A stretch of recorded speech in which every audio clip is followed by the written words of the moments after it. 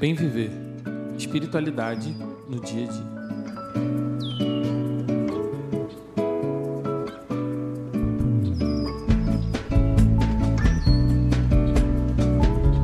Eu sou Machado e esse é o Bem Viver.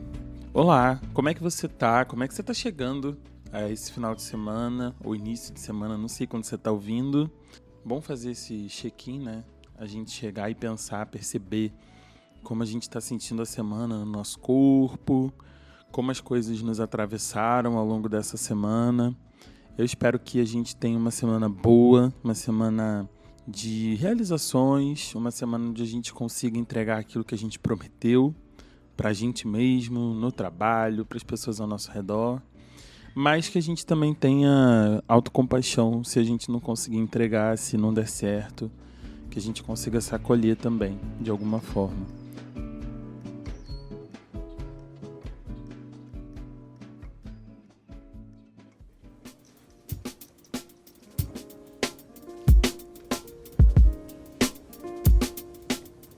Bom, eu disse que chego bem, mas chego bem em conflito também, assim, pensando sobre toda essa questão da PL 1904. Acredito que você tenha acompanhado a movimentação na sua rede social e tudo que foi falado a respeito disso, mas se você ainda não sabe, o projeto de lei 1904 desse ano, de 2024, prevê que o aborto realizado a partir das 22 semanas de gestação, em qualquer situação, tá? Inclusive na gravidez que é resultante do estupro, vai passar a ser considerado homicídio. Inclusive tendo a pena maior do que a que o estuprador, né, caso fosse identificado e acusado, receberia. Bom, uma loucura a gente estar discutindo isso, mas não me surpreende em nada. Bom, não me surpreende em nada. O que me surpreende é que a gente não esteja discutindo as causas dessa história toda, né? Eu li um dado que diz que desde 2008, quase 32 mil meninas entre 10 e 14 anos fizeram algum tipo de aborto.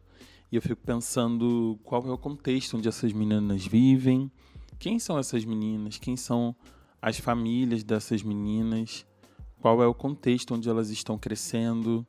Fico pensando o que tem acontecido no nosso país, né, para que a gente vá conversar sobre isso e fique olhando a ponta final e não observando né, assim, em que contextos isso está acontecendo, principalmente pessoas que dizem defender a família, a moral cristã, pensando que essas meninas deveriam continuar com essa gravidez em qualquer circunstância após as 22 semanas, pensando que é difícil, né? Não é assim tão simples identificar o que está acontecendo com o corpo delas, trocar essa ideia com mãe, com pai. Será que elas têm uma rede de apoio que vai ajudá-las a fazer isso? Será que o aborto legal no Brasil é fácil de acessar, é fácil de chegar? Bom, tem várias camadas nessa conversa, mas eu acho que o que me pega mais é entender que isso faz parte de uma grande estrutura e de uma estrutura política, né, que se parece muito com algo que aconteceu há alguns anos nos Estados Unidos. A gente sabe que todo esse crescimento da extrema-direita e esse alinhamento com o que aconteceu na década de 70 lá não é mero acaso, né? Inclusive, depois de quase 50 anos que esse direito foi adquirido nos Estados Unidos, a gente viu muitos lugares, né, muitos estados lá revogando esse direito ao aborto legal, como eles entendiam, e pensar que também na sociedade americana isso era visto de uma outra forma. O que não mudou são os grupos que estão defendendo, que estão criando essas pautas, né, que estão legislando, de certo modo, contra a vida das mulheres, né? Eu estava ouvindo o Ângulo de Grilo essa semana e foi muito interessante uma citação que elas fizeram, né, de que adianta ter mulheres em lugares de liderança se elas só vão defender e continuar defendendo pautas conservadoras, né, que fazem tão mal às próprias mulheres. E vendo aquela lista ali, né, de deputados, deputadas que foram a favor, né, da aprovação da PL, é muito estarrecedor ver o nome de mulheres ali endossando essa pauta, né? Porque, bom, tem um dado interessante da tese de doutorado da Marina Basso Lacerda, que vai dizer que essas ações pró-família entre parlamentares são 96% levantadas por homens. E entre esses homens, 60% deles são evangélicos. E aí, assim, a defesa dela é de 2018, naquela época, os evangélicos eram 12% da Câmara e eles eram 60% nessas ações ditas pró-famílias, né? E eu fico me perguntando em prol de quais famílias? Será que o Brasil tem, na sua maioria, essas famílias compostas por mãe, pai e filhos? Será que a nossa vivência na igreja evangélica nos mostrou que essas famílias realmente eram as melhores? Essas famílias eram perfeitas ou eram as que Deus mais se agradava, né? Bom, eu cresci numa igreja evangélica que haviam famílias de diversos jeitos, mães que eram chefes das suas famílias, que eram mães e pais ao mesmo tempo, famílias compostas só por irmãos, né? Infelizmente a igreja não foi capaz de acolher famílias LGBTs, mas a gente sabe que existem no nosso bairro, a gente sabe que elas estavam ali. E como é doentio pensar que é melhor que essas pessoas vivam sem uma comunidade do que acolher elas na comunidade onde eu estou, do que trazer elas para o meu bem viver, né? E eu fico pensando se essas pessoas realmente conseguem viver, de fato, um bem viver, né? Porque esse jeito de conservar tudo ao meu modo, né? E por meio de uma leitura bíblica que hoje no Brasil é hegemônica, né? Mas que é uma leitura da Bíblia, me parece que é um mal viver.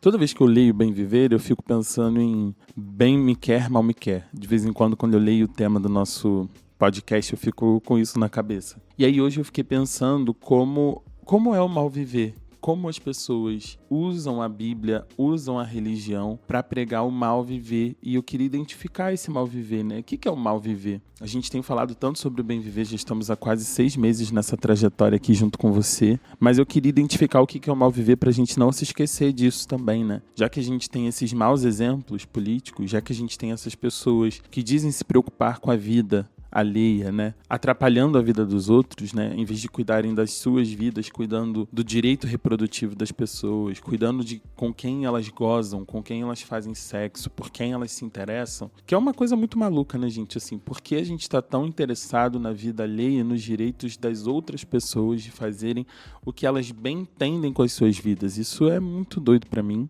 mas eu queria definir mal viver como querer que o outro caiba na minha caixinha de certeza, de crenças, de comportamentos, né? Para mim, hoje, o mal viver é achar que o meu modo de ver o mundo e a vida é melhor que o seu. Ou melhor, que o seu jeito de ver a vida é pior que o meu, sabe? Mal viver é acreditar que algumas vidas valem mais do que outras. Porque quando essas coisas acontecem, né? Quando esse punitivismo cristão fica em alta, quem é que está sofrendo, né? Quem são essas meninas que não terão direito a esse aborto legal? Será que, caso as filhas de alguns desses deputados ou deputadas passassem por isso, eles manteriam essa pauta em discussão? Eles manteriam na sua vida privada essa decisão que elas estão trazendo, que eles estão trazendo por uma pauta política, moral? Será que na vida deles eles cumpririam isso? Porque isso se reflete na vida das pessoas mais vulneráveis, né? Na vida das pessoas pobres, na vida das pessoas negras, na vida das pessoas, dos imigrantes que moram aqui, né? Imagina uma pessoa imigrante que chegou aqui, que passou por isso.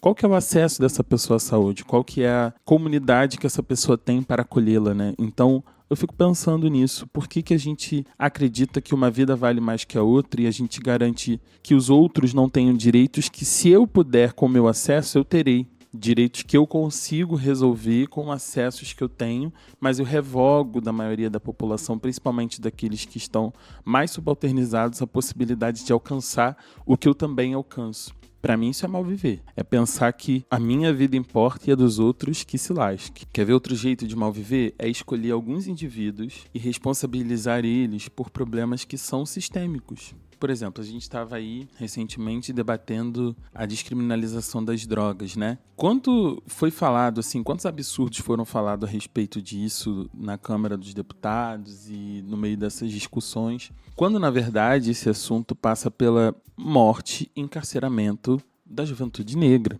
né?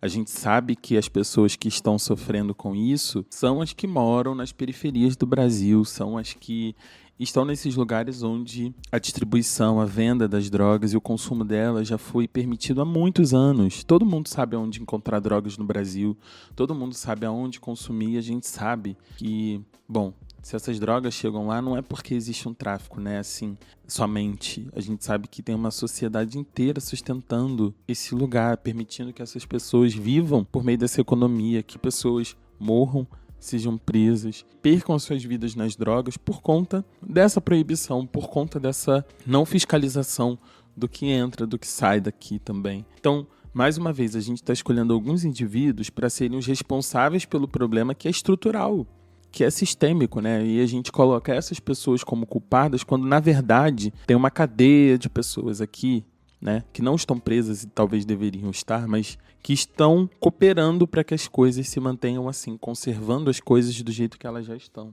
É mal viver quando eu é mais importante que o nós, quando a gente tá o espaço do outro, de entender que a forma como o outro se comporta é um problema do outro, é um problema que o outro está gerindo, né? Assim, então, um resumo para mim do que é o mal viver seria quando o eu é mais importante do que o nós, quando é mais importante o que eu quero e o modo como eu quero do que o coletivo, quando é mais importante você como indivíduo, né? Assim, que tem é o caso a caso, né? A gente não está olhando agora do que é bom para todos e todas e todos. A gente está olhando o que é bom para você, o contrato que é bom para você, ou melhor, o contrato que é bom para a empresa, mas que faz com que você perca os seus direitos, que faz com que você não possua, né, não possa ter férias, que faz com que você trabalhe em 2 lugares ao mesmo tempo. Isso vem dessa lógica de que você é mais importante que o nós, né, de que eu sou mais importante do que o nós. A gente perde esse senso coletivo, a gente perde essa necessidade de, em comunidade, fazer as coisas, porque no final a gente está sendo tratado um a um, cada indivíduo, como se a gente não fosse parte de uma sociedade, de um todo, de mais gente que também está vivendo vários outros dilemas ao nosso redor. Bom, esse mal viver, ele vai continuar sendo proposto. No passado já foi assim, né? E no presente a gente, infelizmente, ainda tem que lidar com parlamentares, com essa bancada horrenda evangélica aí pensando em retirar direitos da população LGBT. A gente está vendo agora essa perseguição à pauta reprodutiva, à justiça de gênero e tudo que tem a relação também com o direito das mulheres. E a gente sempre vai ter gente que luta por esses direitos. Então, queria lembrar da importância da gente ser comunidade, da gente olhar para o que é mal viver e dizer, olha, isso é mal viver, não é desse jeito que Deus queria que a gente vivesse, viu? Não é desse jeito que a deusa queria que a gente vivesse, não é desse jeito que a minha espiritualidade entende o bem viver.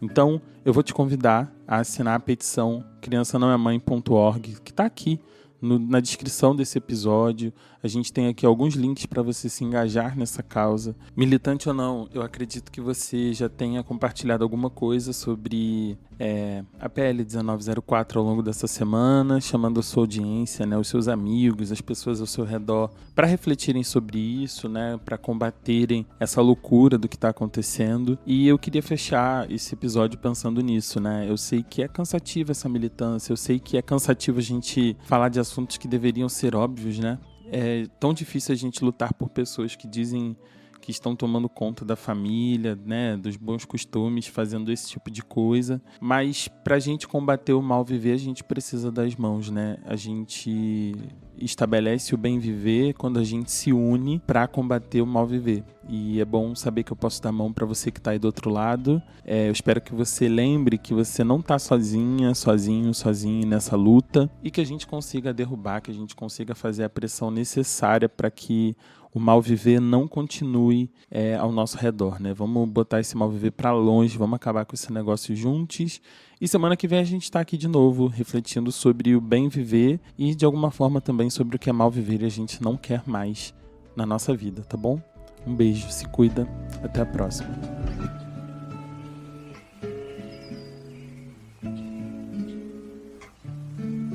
O Bem Viver é um podcast original do Novas Narrativas Evangélicas. Toda a gente junta construindo uma fé coletiva, consciente e ativa. Você encontra episódios novos todo domingo no seu tocador de podcasts favorito. E pode apoiar esse projeto pelo Apoia-se ou fazendo um Pix. A chave é o nosso e-mail, novasnarrativasevangélicas@gmail.com. Segue a gente no Instagram para saber mais sobre o que esse movimento está fazendo no Brasil inteiro. Esse podcast é apoiado pela Tite Setúbal. A apresentação e o roteiro é da Luciana Peterson e do Matheus Machado. A edição é da Bianca Ratti. O designer gráfico é feito pela Nick Ellert. A comunicação é feita pela Tayo Amaral. A nossa coordenação de produção é da Evelyn Azerido. E a nossa coordenação financeira é feita pela Tati Nuvolari. A gente espera você na semana que vem. Obrigado pela companhia e até a próxima.